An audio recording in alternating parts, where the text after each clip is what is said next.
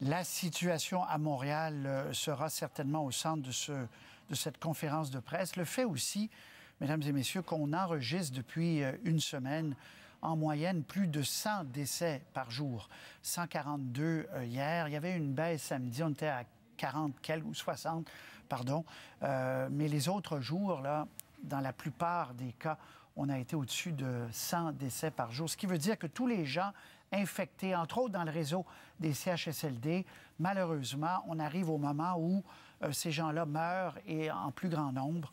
On souhaite pouvoir reprendre le contrôle, en guérir le plus possible, mais on le sait qu'après un certain âge, ce virus-là est vraiment implacable. Sébastien Bovet, je vous retrouve à Québec, donc à quelques minutes de ce point de presse. Oui, situation à Montréal, la question qu'on va lui poser, évidemment, c'est est-ce qu'on a toutes les données? Est-ce qu'il y a assez de tests faits? Est-ce que notre système de tests est bien en place maintenant, désormais? Et est-ce que c'est pas presque écrit dans le ciel que même le 25 mai, ça risque d'être serré compte tenu des données qu'on a devant nous? Oui, même si c'est dans 2 semaines, ça vient vite le 25 mai. Et depuis la dernière fois qu'on a parlé à M. Legault, jeudi donc, il s'en est passé des choses. La situation a évolué. Horacio Arruda est allé à Montréal avec son masque en envoyant un message sur la forme que les Montréalais devraient probablement porter un masque dans l'espace public, à tout le moins dans le transport en commun. Il y a cette étude de l'Institut national de la santé publique qui a été publiée aussi très tard vendredi, qui évoque 150 morts par jour dans la région de Montréal si on déconfine la région. Il y a Justin Trudeau samedi qui a dit qu'il était très inquiet pour Montréal. Donc, il y a comme une pression politique qui s'exerce depuis 3-4 jours sur François Legault pour peut-être reconsidérer sa décision sur Montréal. Peut-être qu'il ne la reconsidérera pas, mais il faut qu'il explique pourquoi il ne reconsidère pas. Et peut-être qu'il pourrait aussi aujourd'hui, parce que comme vous le disiez si bien, il nous a surpris la dernière fois en allant assez rapidement sur le report du déconfinement, nous dire qu'il repousse le déconfinement à Montréal. Bref, on a hâte de l'entendre à 13h, dans les prochaines minutes. Et ils arrivent, Dr Arruda qui est là, Mme Mécan n'est pas là, M. Legault est là. Et l'autre question qui est le Parti québécois, je pense, la pose, est-ce que Dr Arruda ne devrait pas faire ses points de presse d'un côté, le politique de l'autre? Est-ce que la santé publique, dans quelle mesure les va-et-vient, ça peut créer de la confusion certaines fois? Puis la semaine dernière, on va le dire, Sébastien, ensemble, ça a été la semaine de la confusion à plusieurs égards sur l'âge pour retourner travailler. Par exemple, il y a eu une valse qui a duré 3 jours. Oui, j'entends les gens dire « oui, mais on ne sait pas, on n'a jamais connu ces choses-là », mais quand même, on peut, et quand ce n'est pas clair, on doit poser des questions, en fait. Voilà. Et expliquer les positions aussi. Et ce n'est pas de la division que de poser des questions. On laisse M. Legault et Dr Arruda tenir leur point de presse. On se retrouve tout de suite après, mesdames et messieurs. Directeur national de santé publique, Dr Horacio Arruda. Donc, M. Legault, à vous la parole. Oui, bonjour tout le monde. Avant de vous donner le bilan de la journée, je veux revenir sur ce que j'appellerais l'évolution des consignes. On le sait, la pandémie évolue, le contrôle de la situation évolue, donc c'est normal que les consignes évoluent. C'est pas parce qu'on change d'idée, c'est parce qu'on s'adapte. Puis je vais vous donner quelques exemples. Quand on a, au début, vu que la pandémie s'accélérait, on a fermé, entre autres, les commerces, les écoles, les services de garde. Maintenant qu'on voit qu'en région, donc à l'extérieur du Grand Montréal, la situation se stabilise, est plus sous contrôle, bien, on réouvre les commerces, les écoles, les services de garde. Je donne un autre exemple. Les proches aidants, au début, surtout avec les problèmes qu'on avait dans les CHSLD, on a refusé aux proches aidants d'aller visiter leurs parents, par exemple, parce qu'on voulait limiter la propagation du virus. Bon, là, il est arrivé un phénomène. Après 2 mois, c'est un peu normal. Il s'est créé beaucoup d'anxiété chez certaines personnes en résidence. Il y en a même qui refusaient de manger parce qu'ils étaient habitués de voir de temps à autre leurs enfants. Donc, dans la balance des inconvénients, on a évolué, la situation a évolué, puis on a décidé de donner accès aux proches aidants pour aller voir les résidents. Donc, la situation a évolué. Autre exemple, les personnes de 70 ans. Je vous rappellerai qu'au début même, on parlait justement des personnes de 70 ans, on leur disait de ne pas sortir. Après, on a dit, bien, faites attention, faites faire vos courses, votre épicerie par quelqu'un d'autre. Et on a mis en place des consignes comme le 2 mètres.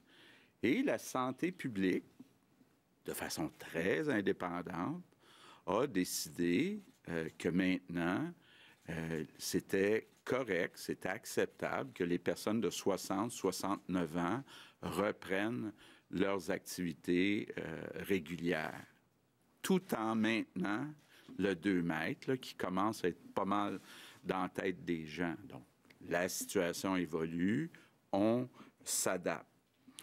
Là, il y a des gens, j'entends des gens qui disent on retourne des enfants dans les écoles primaires en région, mais on n'a pas le droit de faire des rassemblements familiaux.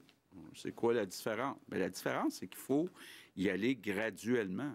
Si on commence tout en même temps à tout permettre, bien là, il va y avoir plus de risques de propagation. Donc, éventuellement, je l'espère, le plus vite possible, on va repermettre les rassemblements familiaux, mais pour l'instant, on dit, on réouvre les écoles, c'est important les écoles, c'est un service essentiel pour les enfants, mais on n'est pas rendu aux rassemblements familiaux parce que ça ferait trop de déconfinement en personne, en même temps, c'est-à-dire. Donc, c'est ça, là. C'est pas une question de changer d'idée, c'est une question d'y aller graduellement. C'est une question de s'adapter, de regarder aussi l'évolution de la pandémie dans chaque coin du Québec. La situation n'est pas la même, selon qu'on est à Montréal ou à l'extérieur de Montréal. Donc, on s'adapte. Et puis, je vous annonce une chose, dans les prochaines semaines, on va continuer d'adapter les consignes et de les faire évoluer. Donc, ceci étant dit, le bilan de la journée d'hier, on a eu hier 85 décès. Donc, on est à un total de 3013. Donc, mes pensées vont bien sûr aux familles, aux proches de ces victimes. Juste pour vous montrer un peu comment la situation est différente à Montréal, de l'extérieur de Montréal. Sur les 85 décès, il y en a 82 qui sont dans la grande région de Montréal. Donc, on voit vraiment là que d'un côté, la situation est très difficile, de l'autre côté, la situation est plus facile. On a maintenant 38 469 cas. C'est une augmentation de 748 compte tenu, là, je vais revenir tantôt, mais de l'augmentation importante des tests, c'est quand même une diminution. Il faut aussi rappeler qu'on a au moins 9 700 personnes parmi ces 38 000 qui sont guéries. Donc, comme on vous a déjà expliqué, on ne teste pas toutes les personnes qui sont guéries, parce qu'on préfère se concentrer sur les personnes qui ont des symptômes, mais on a au moins 9 700 qui sont guéries. Dans nos hôpitaux, on avait hier 1838 personnes hospitalisées, c'est une augmentation de 7. 193 personnes aux soins intensifs, c'est une diminution de 6. L'autre question que j'entends beaucoup, je lisais un peu ce que les gens écrivent, j'ai parlé à beaucoup de monde en fin de semaine. Évidemment, la question que tout le monde se demande, c'est pourquoi on a plus de décès au Québec qu'à d'autres endroits dans le monde. Moi, je dirais qu'il y a 3 grandes raisons. Première raison, la relâche scolaire. La relâche scolaire québécoise est arrivée au pire moment. Donc, on a eu beaucoup de Québécois qui sont allés en voyage, ont eu le virus, sont revenus, ont transféré le virus, ont donné le virus à quelqu'un d'autre, qui l'a donné à quelqu'un d'autre, qui l'a donné à quelqu'un d'autre. Et donc, c'est ce départ-là qui ne nous aide pas. Ça, c'est la première raison. Deuxième raison, c'est qu'au Québec, ça a toujours été le cas, même quand il y a des grandes chaleurs, on déclare tous les décès associés à une maladie, un virus. Donc, on est réputé pour déclaré, et puis même par association, quand quelqu'un décède dans un CHSLD, s'il est associé à quelqu'un qui avait la COVID, bien, il est calculé comme COVID. Ce n'est pas le cas partout dans le monde. Et la troisième raison, puis là, on est tous responsables, les gouvernements, là, puis je n'essaie pas de nier et puis de me défiler, mais on était mal préparés dans nos CHSLD. D'abord, il y a une question, puis un enjeu de société. On a au Québec beaucoup plus de personnes âgées dans les centres de soins de longue durée, toute proportion gardée, qu'ailleurs dans le monde. Bon, c'est un choix de société qu'on a fait. Beaucoup de nos parents, nos grands-parents aboutissent dans les CHSLD, plus au Québec qu'ailleurs. Bon, il faudra revoir ça. C'est sûrement quelque chose sur lequel il faudra se pencher. Deuxièmement, bien, les gens étaient mal payés dans les CHSLD. Donc, dans les CHSLD privés, on parlait de 13 de l'heure. Dans les CHSLD publics, on parlait de 21 de l'heure. Donc, ce n'est pas des salaires très élevés. Résultat des courses, beaucoup de personnel à temps partiel et du personnel qui s'est promené d'un CHSLD, donc d'un centre à l'autre. Donc, sans amener, évidemment, parce qu'il y avait du personnel peut-être un peu moins qualifiés, qui ont eu le virus, puis qui l'ont amené dans plusieurs résidences. Donc, de ce côté-là, on a tout un mea culpa à faire, là, tous les gouvernements. Puis encore une fois, je ne veux pas blâmer les autres, là, je prends ma part de responsabilité, mais on était mal préparés dans nos centres de soins de longue durée. Et puis, c'est une des raisons pourquoi on a plus de décès.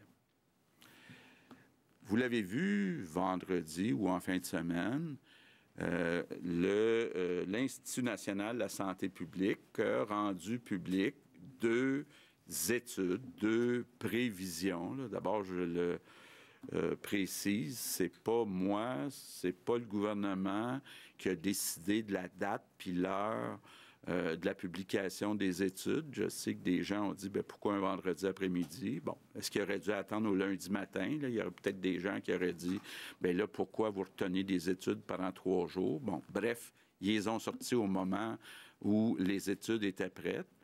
Ces 2 études-là arrivent aux mêmes conclusions. D'abord, bonne puis une mauvaise nouvelle. En région, à l'extérieur du Grand Montréal, la situation est sous contrôle. Donc ça, c'est une conclusion importante pour la suite des choses. Par contre, à Montréal, la situation n'est pas sous contrôle et est inquiétante. Puis là-dessus, là, je vais être très clair, là. On est tous inquiets de la situation à Montréal, moi le premier. Donc, il n'y en a pas des plus inquiets puis des moins inquiets. Là, on est tous inquiets. Puis quand on regarde les prévisions de l'INSPQ, bien, on voit que s'il y avait des confinements, il y aurait un risque majeur là, d'explosion des cas, des hospitalisations. Donc, c'est pour ça qu'on a pris la décision que les commerces, les écoles, les services de garde n'ouvriront pas dans la grande région de Montréal avant le 25 mai. Et ce n'est pas impossible que ça soit même repoussé plus tard. Puis c'est pas impossible que les écoles, on décide dans le Grand Montréal de seulement les réouvrir en septembre. Mais on va suivre la science, on va suivre les résultats, on ne prendra pas de risques. Et si la situation n'est pas sous contrôle à Montréal, on va repousser l'ouverture des commerces, des écoles, des services de garde. On est tous d'accord avec ça. Que ce soit les spécialistes du fédéral ou les spécialistes du provincial ou du municipal, on est tous inquiets de Montréal, puis on suit la situation de très près. Bon, maintenant, pour envisager éventuellement déconfiner, une des clés, c'est de faire plus de tests. Bon, on a réussi, à peu près en une semaine, de passer de 6 000 tests par jour à 10 000 tests par jour, mais c'est pas assez. faut augmenter plus que ça. Et c'est pour ça qu'on a adopté en fin de semaine un décret pour demander à certains groupes de professionnels, comme par exemple les dentistes, les hygiénistes dentistes, de pouvoir faire des prélèvements, donc faire des tests. Donc, on va avoir plus de monde pour être capable de faire des tests. Donc, on pense que dans les prochains jours, on va être capable d'augmenter le nombre de tests et puis de bien suivre la situation. Autant en région, on veut être certain que ça reste sous contrôle, qu'à Montréal, où on veut voir si la situation finit par s'améliorer. Bon, évidemment, le grand défi qu'on a, en particulier à Montréal, c'est le personnel. Content de voir, il y a quelques centaines d'employés qui ont recommencé à revenir dans le réseau au cours des derniers jours. On espère que ça va se poursuivre. Puis je lance encore un appel. Tous ceux qui ont fini leur quarantaine, tous ceux qui ont eu le virus, puis là, ils ont passé le temps qu'ils devaient passer à s'isoler, s'il vous plaît, revenez. Parce qu'on a dans le réseau des gens fatigués, des gens qui ont besoin de repos, puis donc on a besoin de renforts. Bon, vous dire aussi, du côté des soldats, on est rendu à 780 soldats dans les CHSLD. Bien, pas tous dans les CHSLD, je pense qu'il y en a peut-être 200 là, qui supervisent à l'extérieur des CHSLD, mais quand même, ça vient donner un bon coup de main. Puis je veux dire merci à l'Armée canadienne. Je sais qu'ils veulent augmenter ce nombre-là à 1350. C'est bienvenu, évidemment. Mes remerciements du jour, c'est pour tous ceux qui ont organisé les deux grandes fêtes, samedi soir puis dimanche soir. J'ai écouté les deux, là, en direct de l'univers à Radio-Canada samedi soir, et puis une chance qu'on ça dimanche, hier soir, à TVA et à Télé-Québec. Ça fait du bien. Ça fait du bien de voir nos grands, Céline Dion, Ginette Renault, Jean-Pierre Ferland, Claude Dubois, j'en oublie, Gilles Vigneault. T'es content de le voir en forme. T'es content aussi, j'ai trouvé très drôle Marc Labrèche en Louis Mariano. Ça a fait ma soirée samedi soir. Et tous les groupes de jeunes aussi, que peut-être moi, personnellement, je connais un petit peu moins. Mais je pense que ça a fait du bien aux jeunes de voir des groupes de jeunes. Puis ça a montré qu'on a de la relève puis qu'on a du talent au Québec. Donc, merci à tous les artistes de nous avoir fait du bien. Une chance qu'on vous a. Une nouvelle pour vous aussi. On vient juste de me donner le chiffre. Vous savez, hier soir, il y avait une collecte de dons pour les petits frères, là, pour ceux qui s'occupent des personnes âgées qui sont seules, et pour les organismes qui s'occupent de violences conjugales. Les Québécois, là, m'impressionnent toujours. 2 millions qui ont été ramassés, 2 millions qui ont été donnés par les Québécois pour ces deux causes-là. Merci à tous les Québécois pour, encore une fois, votre grande générosité. En terminant, un message, peut-être pour les personnes qui sont à l'extérieur de Montréal. Bon, j'ai entendu aussi beaucoup en fin de semaine des gens qui n'habitent pas dans le Grand Montréal, qui ont peur que des gens de Montréal descendent dans leur région. Bon. D'abord, c'est important de le dire, là, si on reste à 2 mètres, comme on le fait actuellement, il n'y a pas de danger que quelqu'un de Montréal vienne infecter. Si il y a trop de mouvements, puis il y a trop de gens de Montréal qui vont dans les régions, on n'hésitera pas, avec le docteur Arruda, à mettre des consignes pour empêcher là, ces mouvements-là. Mais franchement, moi, je veux pas que les Québécois commencent à chicaner puis à se diviser entre Montréal puis le reste du Québec. On est tous ensemble dans le même bateau. On doit tous se serrer les coudes à 2 mètres, tous les Québécois ensemble. Donc, je remercie beaucoup tous les Québécois pour leur solidarité. Je compte sur vous. Merci beaucoup. Now, a few words in English. Anglais maintenant, bonjour. Le week-end dernier, le INSPQ a publié 2 études qui ont montré que la situation à Montréal demeure assez fragile.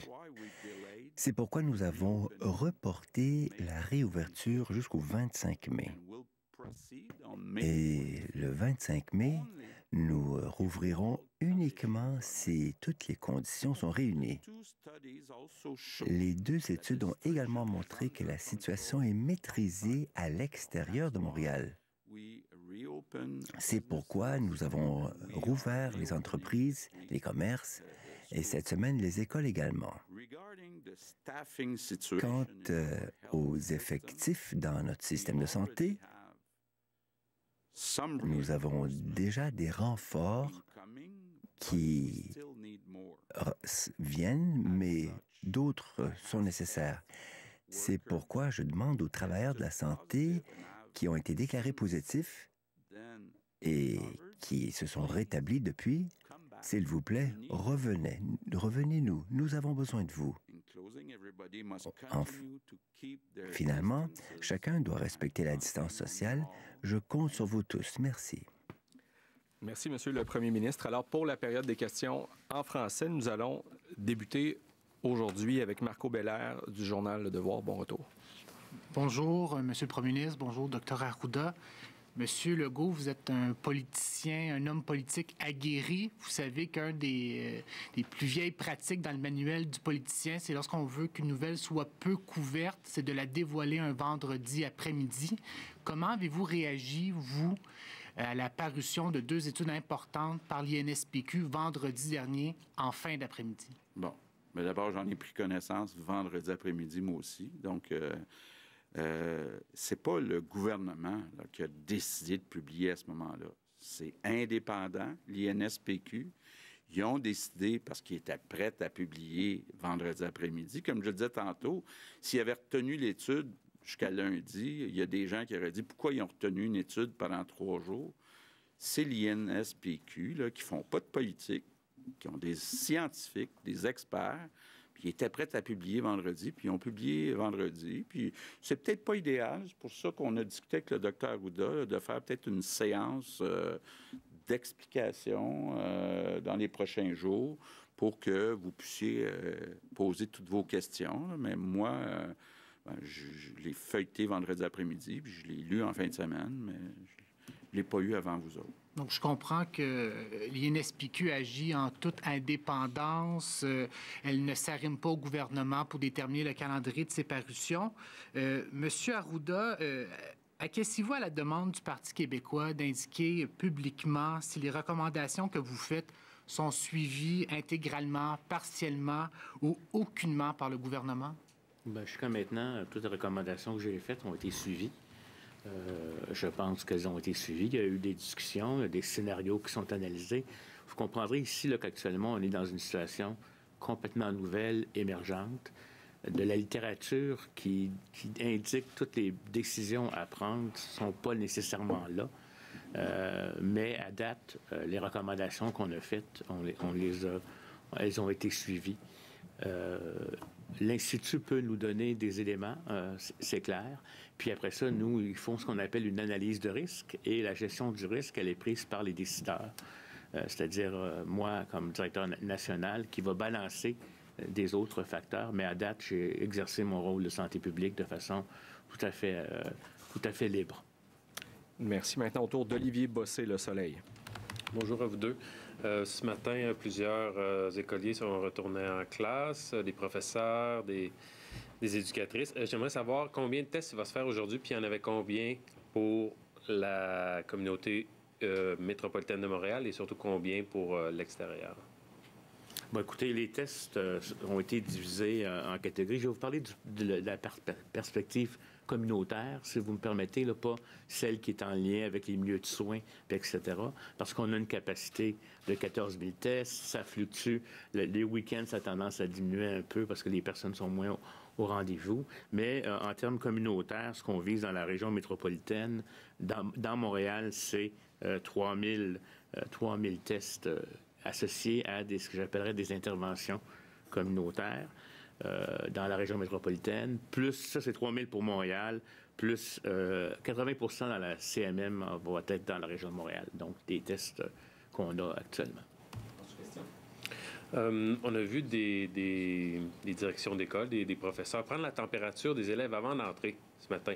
Est-ce que c'est utile, nécessaire, et est-ce qu'on va voir une séparation entre les écoles privées et les écoles publiques pour la gestion du virus dans les prochaines semaines, vous pensez? Écoutez, les protocoles qu'on applique, nous, ne recommandaient pas nécessairement la prise de température, à moins qu'un enfant démontre des signes évidents de température, a l'air moche, etc. Parce que la prise de température n'est pas un indicateur nécessairement que c'est ça. Et deuxièmement, il y a beaucoup de débats autour de ça au point de vue scientifique. C'est sûr que dans les aéroports, on va le pratiquer comme méthode de screening, là, mais les évaluations scientifiques n'ont pas été là. Ça ne nuit pas comme tel, mais je pense que c'est plus la surveillance des symptômes comme tel qui va être l'enjeu. Puis quelqu'un peut être complètement asymptomatique, puis on sait qu'il pourrait être porteur. Donc, la prise de température n'est pas quelque chose qui est absolument recommandé. Merci. Prochaine question. Hugo Lavallée, Radio-Canada. Oui, bonjour, Monsieur le Premier ministre. Je comprends que vous avez pris connaissance des nouvelles projections de la santé publique, donc publiées vendredi. Je comprends aussi que vous n'allez pas prendre de décision si c'est trop risqué. Mais à la lumière des conclusions qui sont quand même assez inquiétantes, on parle d'un nombre d'hospitalisations qui pourrait bondir cet été à Montréal, de décès hors CHSLD augmenter significativement aussi. Pourquoi pas tout de suite suspendre cette idée de rouvrir commerce et école le 25 mai et dire, écoutez, là, on met cette date-là sur pause, en attente.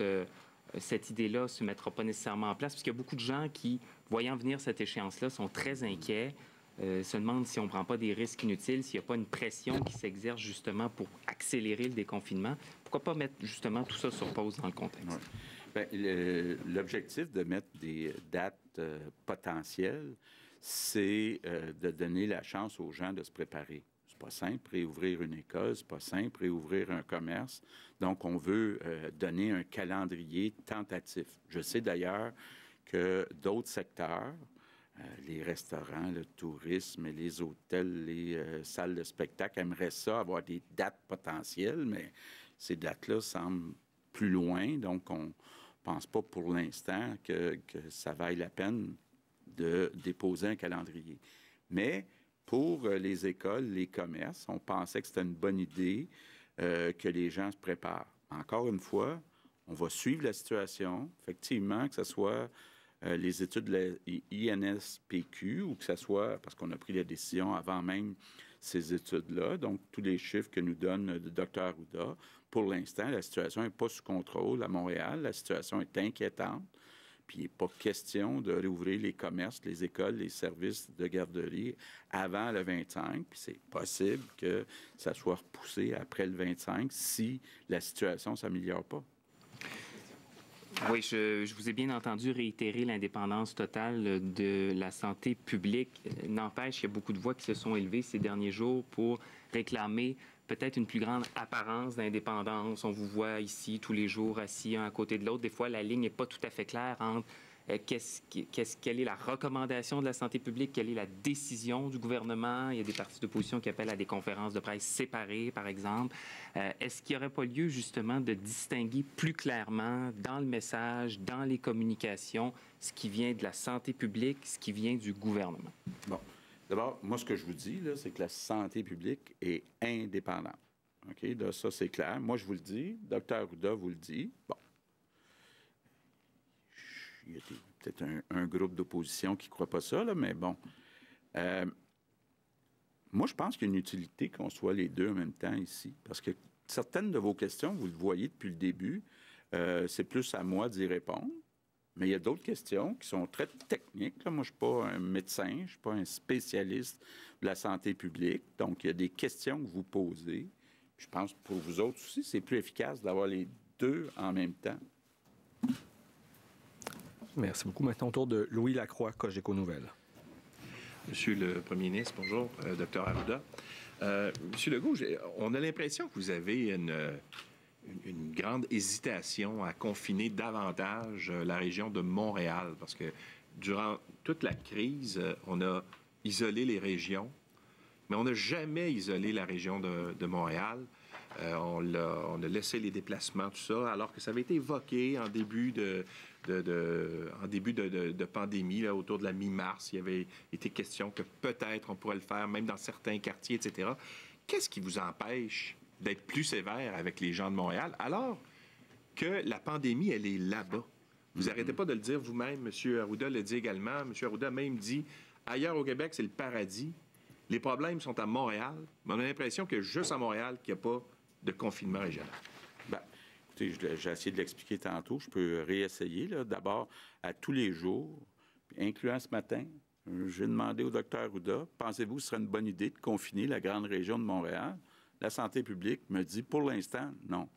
Donc, il faut se fier à la science, premièrement. Deuxièmement, en peut-être un mois à peu près, là, on a fermé certaines régions. Donc, ce que ça voulait dire aussi, c'est que les gens de Montréal n'avaient pas le droit d'aller dans les régions comme au nord du Québec. Donc, on a fermé le Québec en deux. Là, on pense aujourd'hui que c'est pas nécessaire.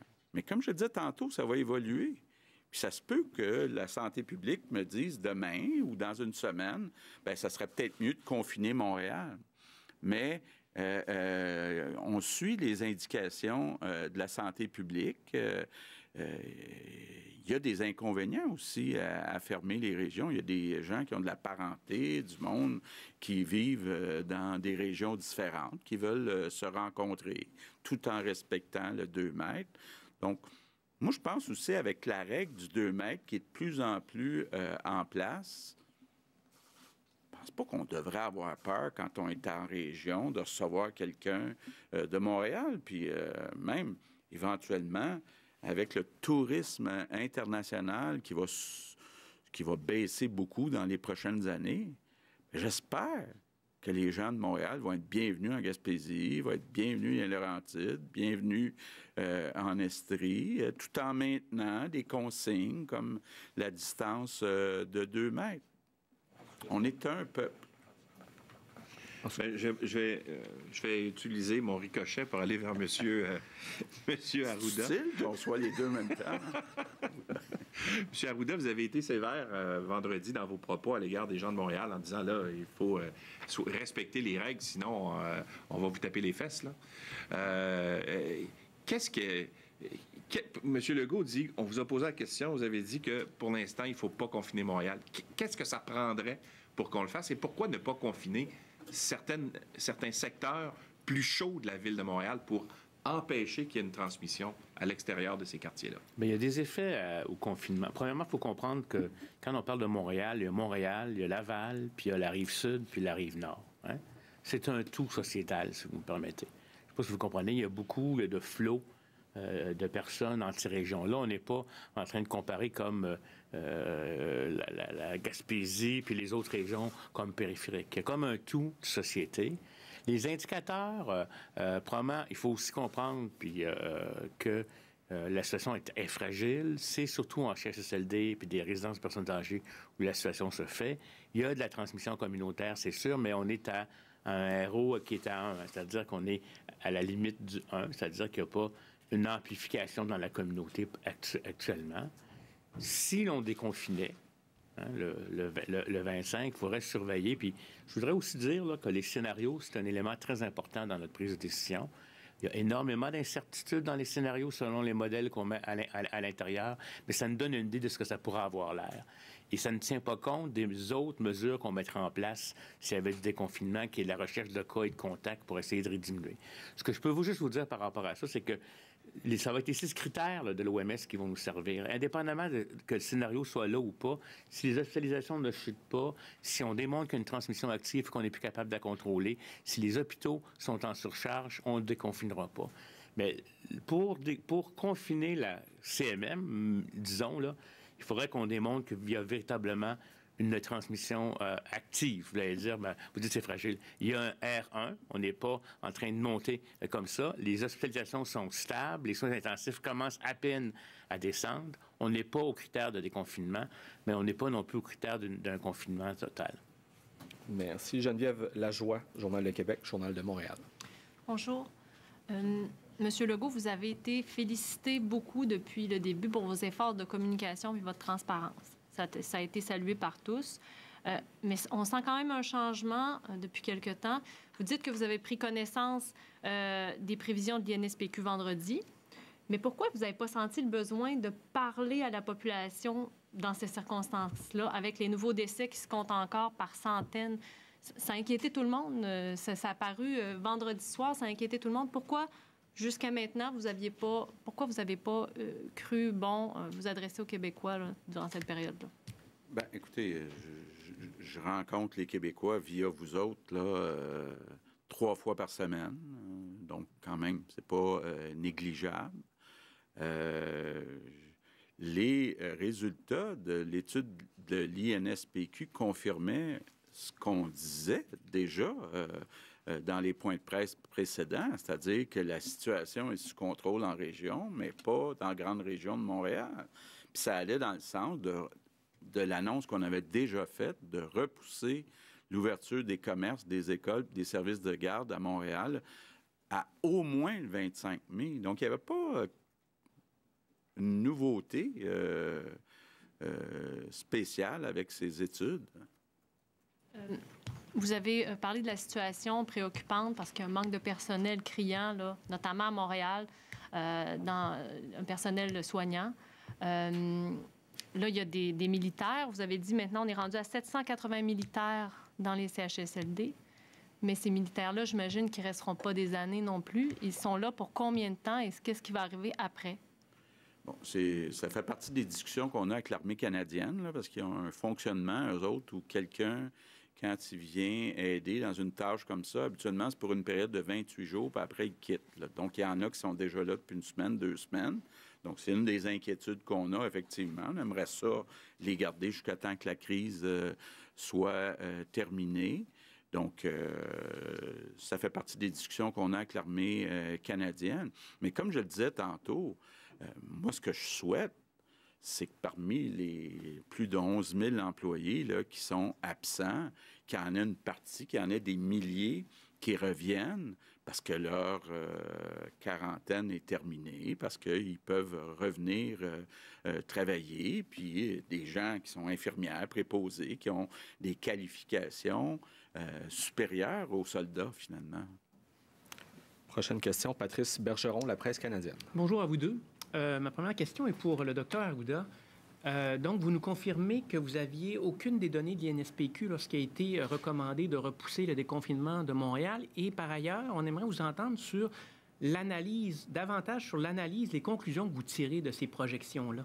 Bon, il faut comprendre que moi, j'avais vu des travaux initiaux. Mais de toute façon, je tiens à vous dire que la décision qu'on a prise pour le rapport à Montréal au 25 mai n'est pas associée seulement au scénario. Le scénario venait confirmer le R0 puis le R1 à l'extérieur. C'est basé sur les données épidémiologiques qu'on recueille. Puis si vous me permettez, j'aimerais quand même spécifier quelque chose qui est très important, puis on va s'assurer pour que vous ayez ce graphique-là régulièrement. Les décès, là, quand on vous a dit en fin de semaine qu'il y avait 140 décès, c'est des décès qui ont été déclarés cette journée-là. Mais quand vous les regardez, il y en a que ça datait du début avril, qui n'avaient pas été mis dans le système pour toutes sortes de raisons, détails, SP3, confirmation, de telle sorte que la courbe des décès, puis ça, on va s'organiser pour que vous les ayez, là. Dans les faits, dans la journée d'hier, du 10, il y a eu 12 décès. Il y en a eu 27 le 9, 12 le 8, puis ça va jusqu'au 12 mars, des nombres de décès qui apparaissent en rétrospective. De telle sorte que la courbe des décès, elle monte ici. La zone grisée ici, elle correspond, puis là, vous voyez peut-être pas bien, mais la zone grisée ici, puis on s'organisera pour que vous ayez le rapport demain, là. La zone grisée ici correspond à des données qui vont probablement rentrer dans les prochains jours, de telle sorte que la courbe de décès, elle a déjà une tendance à la baisse. Mais donc, ce que je veux vous dire, c'est que les scénarios, on les avait déjà vus, on en avait déjà discuté, il y a des modèles qui servent aux hospitalisations, etc. Elles tiennent compte de certaines données, mais ne tiennent pas compte des interventions de déconfinement qu'on pourrait faire. Ce qu'elles démontrent, c'est comment est-ce que le comportement, voyez-vous, à l'extérieur du Québec, quoi qu'on fasse, scénario pessimiste, à cause du R0 qui est très bas, puis du phénomène, que ce soit un scénario pessimiste ou optimiste, on est aplati il n'y a pas de problème. À Montréal, c'est fragile. Tout dépendamment du changement de distanciation sociale. Juste un 10 de moins de distanciation sociale, c'est-à-dire on a un effet important sur la courbe. D'où ça vient nous montrer aussi que la collaboration de la population, quand on dit on déconfine certains secteurs, ça ne veut pas dire que tout le monde peut se mettre à circuler de la même façon. Fait que c'est ça que les courbes nous indiquent en termes d'interprétation. Les courbes vont être mises à jour, selon ce qu'on nous a dit, une fois par semaine. Parce que ça prend quand même des données de la dernière semaine pour être capable d'avoir un scénario qui varie suffisamment. Ce que je vous propose, parce que ça n'a pas été une question planifiée ou etc., on les avait vus, ils les publient.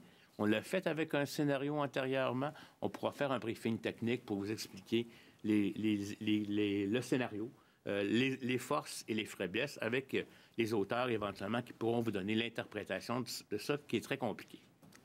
En sous-question? En sous-question, pour M. le Premier ministre, étant donné que le Québec est encore dans le peloton de tête en nombre de cas par 100 000 habitants et aussi en nombre de morts, est-ce que c'est encore possible de dire aux Québécois et plus spécifiquement aux Montréalais, ça va bien aller? Bien, écoutez, on voit que dans les régions, ça va mieux. Et puis, on pense qu'avec les efforts de distanciation puis le confinement qui a eu lieu à Montréal, on le voyait avec les graphiques, que la situation est au moins stable à Montréal. Puis on espère que ça va s'améliorer. Puis bon, quand on regarde la courbe dans les pays qui ont commencé la crise à peu près un mois avant nous, bien, c'est assez amélioré. Donc, moi, je suis confiant que dans les prochaines semaines, parce que ça va être 1, 2, 3, 4, 5 semaines, mais que la situation va s'améliorer, que ça va bien aller, éventuellement, à Montréal. Alain Laforêt, TVA Nouvelles. Bonjour à vous, Monsieur le Premier ministre. Mes deux questions vont s'adresser au Dr Arruda. Vous avez parlé des décès, Dr Arruda. J'aimerais savoir une ventilation là, par rapport aux endroits, là, parce qu'il y en a eu quand même 200 en fin de semaine. On dit que c'était étalé pour plusieurs jours et 85 aujourd'hui. Là. Alors, sont survenus où ces décès-là? Dans la population générale ou dans les résidences aux personnes âgées? La grande majorité, ce sont des gens qui vivaient en CHSLD. Je pourrais vous donner, attendez, je vais regarder les chiffres ici, là.